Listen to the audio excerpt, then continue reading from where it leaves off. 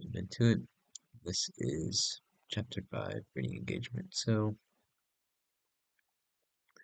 chapter 5 was about arguments and kind of the structure of the supports. So, first of all, it starts off defining what an argument is, which is a series of statements in support of a claim.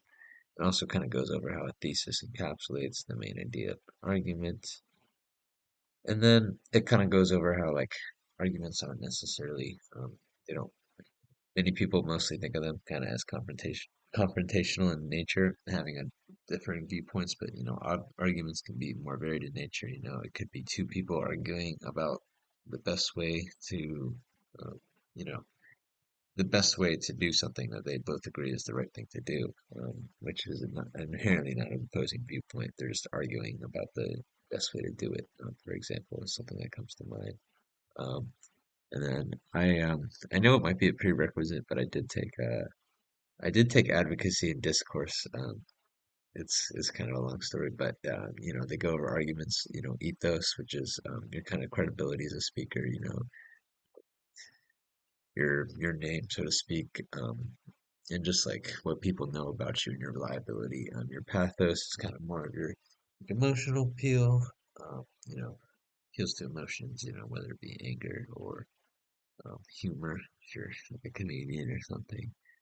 Um, and then it kind of goes over, yeah, kind of like I was saying with advocacy and discourse, it goes over claim, evidence, and warrants. Um, claim being kind of like the main idea, the main claim, the arguments you're trying to make claim to that. Evidence is obviously the support for that, and then the warrant is kind of like,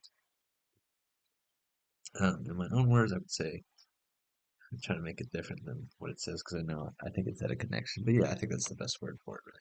Just kind of like um, a connection or like a warrant in real life is, kind of the reason why the police can show up to your door. So it's like, um, it's how, it's how it's how the claim connects to the evidence mainly. Um, I kind of overcomplicate it. Um, and then, it kind of goes into evidence, sort of like the last chapter, sorts of evidence, you have, sorry, I'm trying not to use my notes too much here. Um, but it also went into statistics, just various types of sorry, it went into various types of evidence. Statistics, narratives, anecdotes.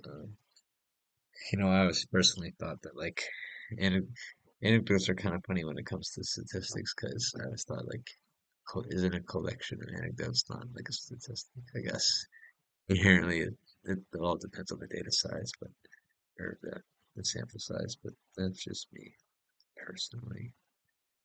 And then that pretty much concludes my chapter 5 reading engagement.